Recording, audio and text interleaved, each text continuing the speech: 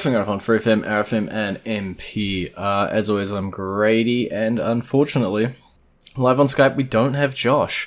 This week, he's busy off with family, so you're going to have to listen to my voice for the next 28 to 30 minutes, retelling the story of what happened at NXT Deadline, as well as taking a look at what happened on Raw and SmackDown as we get closer and closer to the holiday period and closer to Royal Rumble. Starting off NXT Deadline, there was 6 matches on the main card. Let's start with the NXT North American Championship. Dominic Mysterio coming into the match as champion up against his opponent Dragon Lee after Wes Lee had to dip because of a leg injury. Last minute change to the match. Rey Mysterio in the corner of Dragon Lee. And I don't think that was necessarily the decision maker or the reason for the way the match went, but it was noticeable that Dominic Mysterio didn't have any of the Judgment Day in his side. You know, as it is quite often with heel factions, they can kind of only win if they've got their buddies. And we'd seen that with Dominic quite a few times. If he has Rhea Ripley by his side, he can defend the title. But when he's alone, his skills are a little bit more sketchy. And I don't know if that's what we're meant to be highlighting here, but it was definitely noticeable for this to be I don't even want to say first loss, because Dom lost the title for a couple days already. The tag team champs lost the titles for a couple days. So maybe we got to wait a couple weeks before I say this is the first big loss for the Judgment Day when it comes to the title scene. But I don't see him picking it back up in the short term. I can double check real quick if he's got anything on the preview for NXT this week. No, nothing there yet. So I don't think, if you can't tell, I'm recording this prior to NXT airing this week, so I may sound extremely silly if any of these matches have fallout on NXT that I don't talk about. But yeah, Dragon Lee, new NXT North American champion. We talked about the possibility last week and how it was a little weird with Dragon Lee having already gone up to the main roster, and sort of transitioning us from main roster champion in Dominic Mysterio to main roster champion in Dragon Lee. Lee is a bit more of a recent call-up. It wouldn't be shocking to see him come down to NXT and sit around here for a little while, but I felt like they were just trying to push that LWO storyline. They were just starting to push all the stuff with Rey Mysterio, and so I don't think they're going to put that on hold for this, which means that maybe he won't be holding the North American Championship for long. Maybe we'll see him do stuff on the main roster with the title. We're going to have to wait and see with regards to that, but I think the fact that Dominic Mysterio still lost his title, even though it was a last-minute opponent switch, meant that because it is a cross main roster and NXT storyline, that the Judgment Day story was ready for Dominic to lose the title. And so it didn't matter who the opponent was. It was probably meant to be Wesley, and it was probably meant to be Wesley picking up the championship at Deadline, but Dominic needed to lose the title. You know, timing-wise. You couldn't have him retain the title and just be like, oh, main roster, figure it out. It's more like, hey, NXT, we need this title off Dom. Dragon Lee makes sense, they got a history. Bada bing, bada boom. Skipping over the Iron Survivor, we'll go to Carmelo Hayes, Lexis King. Good match between the two. I think we expected quite a good match. In terms of the storyline with Carmelo Hayes and with Trick Williams and who attacked Trick, that was your theme of the night. You know, we had segments backstage of them reassuring each other. Hayes saying he's going to go get revenge by taking out Lexus. And, you know, how the pay-per-view ended, with Trick Williams out there and Carmelo Hayes standing behind him all menacingly. There was quite a bit of, story around those two throughout the night. And it all kicked off with Carmelo Hayes and Lexis King, ending with Carmelo coming out on top. So Lexis King did lose in his PLE Premium Live Event debut. slight shock, but Carmelo Hayes does always come out of these things strong. And then Lexis King admits, hey, I didn't attack Trick. I was just lying to get the spotlight. Which I think's a great storyline. I love its use. It makes a lot of sense. You know, you take a look at this biggest drama that's happening on NXT right now. You insert yourself into it. You get a match against Carmelo Hayes on a pay-per-view. That's not a bad spot to have, even if you did lose. It's quite a smart play from Lexis King, but it does open up the question of, well, who did attack Trick? And it's still severely pointing at Carmelo Hayes. Will it be revealed to be Carmelo? We'll have to wait and see. But I think that's our big match heading into April, heading into Stand and Deliver, their pre-WrestleMania pay-per-view. I think we're going to see Trick Williams versus Carmelo Hayes at the top of that card. Championship or not, that is going to be one of the main events of that show. And then skipping over the other Iron Survivor Challenge. You know what? Let's talk about the men's Iron Survivor Challenge. It was D-Jark, Josh Briggs, Braun Breaker, Tyler Bate, and Trick Williams. Real high scoring match, this one. It was super interesting to see how it all spun out. So it looked like Josh Briggs was going to be the guy who ended up getting not a whole lot of points. He ended up with still 2 points, if I recall, which isn't bad. It is better than a few of these zero scorers that we've seen around the bazaars, including in the women's match, which we'll get to. But he picked up a win over Dijak. They traded some pinfalls in the first two. Tyler Bate comes out, knocks up a quick 2 on Dijak and on Trick. Then Braun Breaker hits the scene. Soon as Braun Breaker comes in, spear, and picked up 3 points, quick succession, about 10 seconds between each of them.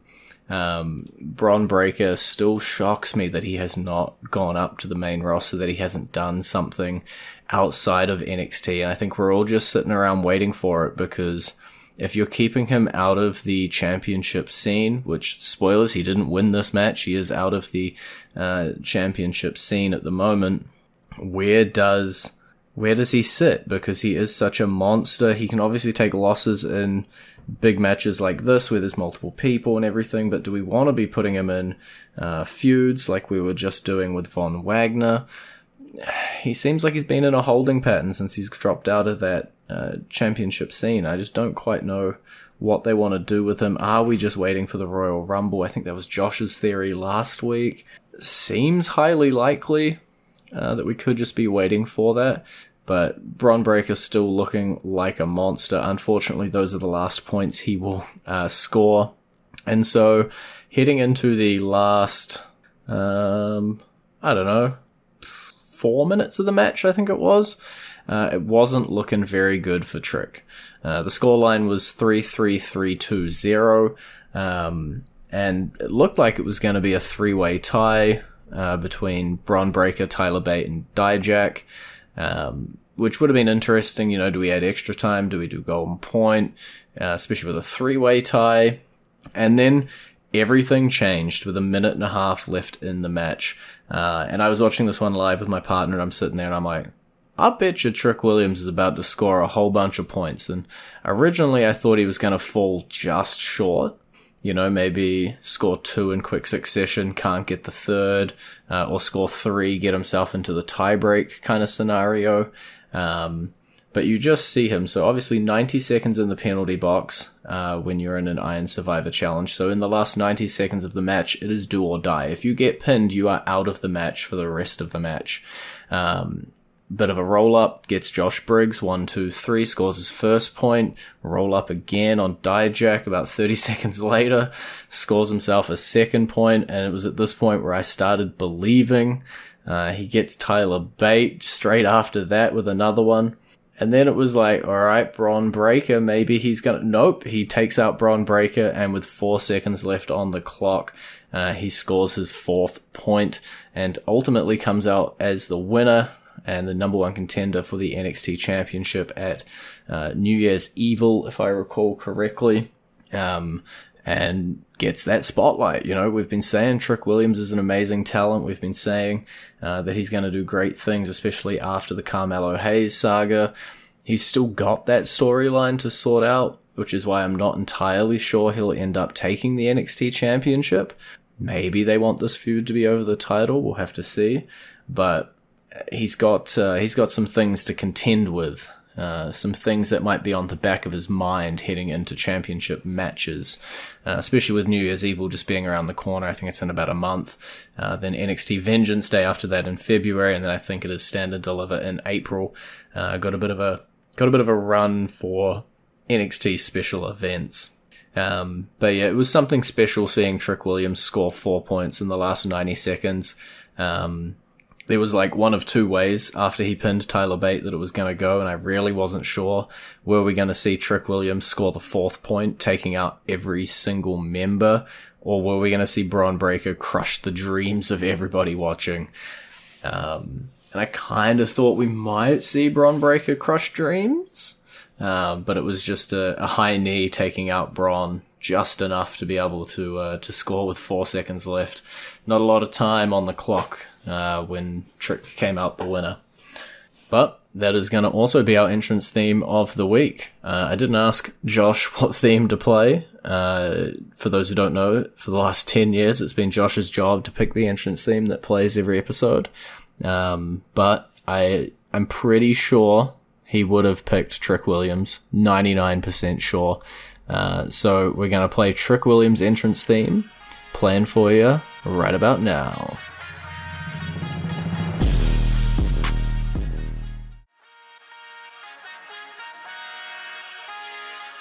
And you're back at Wrestling Roundup on FreeFM, ArrowFM, and NPR. I'm Grady, Josh not here, spending some time with family, so you've got just me running down NXT Deadline. I said Trick Williams won the Iron Survivor Challenge, goes on to be the number 1 contender at New Year's Evil. Let's talk about the NXT Championship match at the end of the show. Ilja Dragunov taking on Baron Corbin. Corbin's still slightly confused. He's kind of returning to his lone wolf. Now he's riding a motorcycle, getting comparisons to The Undertaker's ABA character. Don't quite know exactly where he's going to fit, but I think Baron Corbin can pull off any sort of character or element that is given to him. And right now it is starting to feel very Corbin turned up to 11 kind of stuff. And I think that's where he excels. He's in that heel role where he can just, be himself and let his charisma fly. I think a lot of people have a lot of Corbin hate. Don't fully understand it. I know that, people wanted other people for Kurt Angle's last match, and he was always used as the guy to stop the up-and-coming face, almost like Corporate Kane in a way. I think people really hated that gimmick in that era, Corporate Kane, Corporate Big Show kind of stuff. But ultimately Baron Corbin went up against one of my favorites, Ilja Dragunov, current NXT champion and still NXT champion after this match, managing to fend off Corbin after about 20 minutes. And again, great match. I think the right man came out on top. It does beg the question. We've got Ilja versus Trick Williams, face versus face, heading into New Year's Evil. But I did mention earlier in the card as well, Trick Williams did come out to stare down with Ilja, make his intentions known, and we got a very stalkery, creepy kind of Carmelo Hayes behind him. If we didn't fade to black, I would have assumed that Carmelo Hayes decked Trick Williams from behind. In fact, I'm still not sure that Carmelo Hayes didn't deck Trick Williams from behind. I kept viewing because I thought, NXT really made famous the whole put up the copyright graphic but still do something, which the main roster used last month, to quite a good success. And I was so certain that NXT was going to fade to black as the end of the episode and then hard cut back as like Carmelo Hayes is beating up Trick Williams, roll the cameras kind of piece.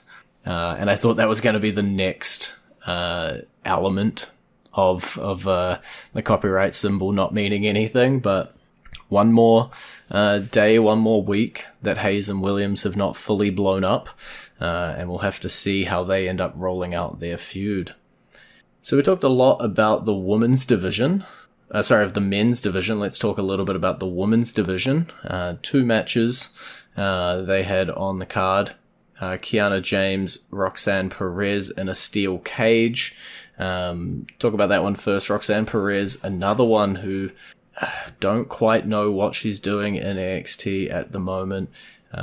Where is she sitting? Is she going after championships? She wasn't even in the Iron Survivor Challenge. She doesn't quite sit with this new crew of women coming up, but she doesn't quite sit anywhere right now. Are we just waiting for the Royal Rumble? Very similar questions that we were asking about Bron Breakker. Will we be seeing Roxanne Perez up on the main roster anytime soon?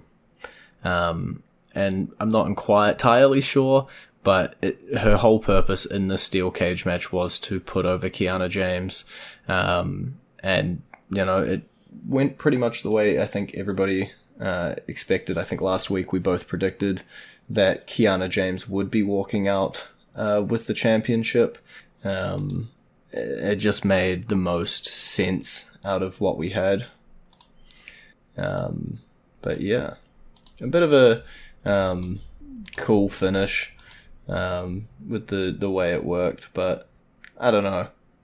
We always have interference in steel cage matches. I think that's the gimme or the obvious thing. It's like we go into a steel cage so that we don't have interferences, and then we have an interference almost every time. I think people got to realize that steel cages are not effective nowadays. And then, yeah, in this match, obviously Roxanne Perez about to win the match, and then boom, interference keeps her from it. Maybe that's her next feud. Who knows? Women's Iron Survivor Challenge. A bit of a different story to the men's. The men's was a bit more point scoring. This one ends with, what's the math on that? 7 points scored from all the competitors together. First and last point scored by Blair Davenport. It was a last minute kind of match still. The last 17 seconds, Blair Davenport picked up the point over Fallon Henley, locking in her win 3-2 to 1-1. But yeah, I don't know. This match was not as fun for me as the men's match. I think the story with Trick Williams going into it and coming out on the end was just a little bit more fun for me. It was still a good match. Lash Legend picking up the double points by pinning Tiffany Stratton and Fallon Henley at the same time was cool. Don't quite understand Tiffany Stratton coming out with 0 points. It feels like she's one of the people who we were trying to push. And yeah, maybe we just didn't commit to it. Maybe we're pulling back a little bit on her. Former NXT champion, positioned at the top of the card. Maybe she slid down a little bit. We'll have to wait and see. But yeah, Blair Davenport coming out the winner, seemingly locking in Blair Davenport versus Lyra Valkyria, which was the match we thought we were going to be getting in April for Stand and Deliver, because that made a fair chunk of sense. It's a big money match. I still stick with Davenport versus Valkyria as a big money match. Seems weird to have it at New Year's Evil. And then they threw an extra spanner in the works, Cora Jade returning, attacking Lyra from behind, saying in interviews, "Hey, I've made my intentions clear. Do you have any more questions?" And now I personally do have some questions. Are we looking at a triple threat match? Are we looking at 2 feuds going on at one time? Cora Jade wants the NXT Women's Championship, currently held by Lyra. Alignments-wise, that's how it works. Blair Davenport, I don't know, is she gonna take her shot at New Year's Evil? I wouldn't really, Cora versus Blair is not as much of a big match. It's not something I have written down that I want to see a clash between those two. So yeah, I don't know what's happening. The NXT Women's division is stacked. There's so many great talents in it and so many cool match combinations in it. I just don't quite know the direction that we're heading in the short term, specifically around that NXT championship, around Roxanne Perez's future. And so I'm looking forward to seeing where we go. I can't sit here and confidently say I know where we're going. Whereas, Carmelo Hayes, Trick Williams, I can pretty confidently say that is going to be our feud going forward. And then looking at the main roster a little bit, if my mouse moves, we had a couple of big revelations. CM Punk showed up on multiple shows, ultimately picking Raw as his home. He is signed with Raw. That is going to be his location. Jey Uso brings back the Yeet shirt. It didn't go away for long, but we're back to having Yeet on our merchandise. Taking on Drew McIntyre, getting into a weird triangle with, Seth Rollins, Drew McIntyre, Jey Uso. Maybe we end up with a triple threat. Shinsuke is misting Cody Rhodes, but Cody Rhodes is already in the Rumble, so is he going to pull double duty? Dunno. Bronson Reed and Ivar continue to have their big meaty men match. Seth Rollins continues to be really angry at CM Punk, which is still supremely obvious, the match we're getting at WrestleMania. Really hard for that to have been hidden at this point. Also declares for the Rumble, so CM Punk and Cody Rhodes both in the Rumble, the two favorites to come out, either for Seth Rollins versus CM Punk or for Roman Reigns versus Cody Rhodes. Don't know which get which, but one of those two probably wins and has the match that makes sense. R-Truth comes out, has an amazing segment with the Judgment Day. You don't remember how much you miss R-Truth until you have him again, and you're like, damn, his comedy is just spot on. Love to see it. But it looks as though the Creed brothers are going to be the next challengers for the combined tag team championships that the Judgment Day have. Where will those end up? Dunno. I still think they need to be split. We'll see. For now, they are combined. I reckon we need different titles on the different brands to let everybody breathe a little bit. Nia Jax, Becky Lynch seem to be having their feud, which is probably just another stalling feud so that we don't get Becky Lynch, Rhea Ripley until WrestleMania. We can easily get there, but that does also take Nia Jax off of the list for potential competitors against Rhea Ripley, who this week just squashed Maxine Dupree, and kind of leaves her division a little bit empty. Maybe we do see Shayna Baszler, an option that was thrown around. Maybe that's what we end up with. And then when you look at Gunther, most dominant Intercontinental Champion, longest reigning Intercontinental Champion, he still seems to be going up against The Miz in a feud. Probably going to see another match at Royal Rumble. Now that he's broken the record, will we see another outcome? I don't know. My heart's kind of set on Gunther Brock Lesnar at WrestleMania, and I don't know if the title's needed for that. We'll have to see what sort of road we end up taking, but I do love that destination. SmackDown, pretty self-explanatory. The US title tournament, who's going to face Logan Paul, continued on. We saw Bobby Lashley take out Karrion Kross to move on through it. Still feels like Kevin Owens is going to be the favorite for that tournament. Logan Paul, Kevin Owens makes the most sense. Even if his hand is broken, Kevin Owens goes through Austin Theory. It rolls through. Makes amazing sense. Will he be able to pull it off? There might be a dominant Brock Lesnar on the other side. Bobby Lashley on the other side, which is a bit of a blocker for him, but I'm sure he'll manage to overcome it. Randy Orton continues to make himself a menace on SmackDown, teaming up with LA Knight, very clearly saying, Roman Reigns and the Bloodline are my enemies. I think we could get a few different matches. Randy Orton, Roman Reigns might be a stall match, whether it be at Rumble, whether it be at Elimination Chamber. before we get to the Cody Rhodes match, we could get Solo Sikoa, Randy Orton. I really like that matchup. I reckon that could be a WrestleMania level match and a star-making performance for Solo Sikoa. But yeah, that's pretty much what we saw this week. There was also Charlotte Flair getting injured. Unfortunately, looks like she might be off for a little while. Bayley splitting from the Damage Control group being extremely obvious, and quite a bit of other rumblings happening around. But we'll have to talk about those next week, hopefully when Josh is back, because we've run out of time this week. It's been great talking to all of y'all this time instead of talking to Josh. Thank you for listening. Thank you for putting up with my voice for the last 27 minutes. Yeah, it's been fun. You can visit our Facebook page, facebook.com/wrestling R&D up, or our Twitter page, twitter.com/wrestling RND up, our YouTube page, youtube.com/wrestling RND up, and we will see you next week.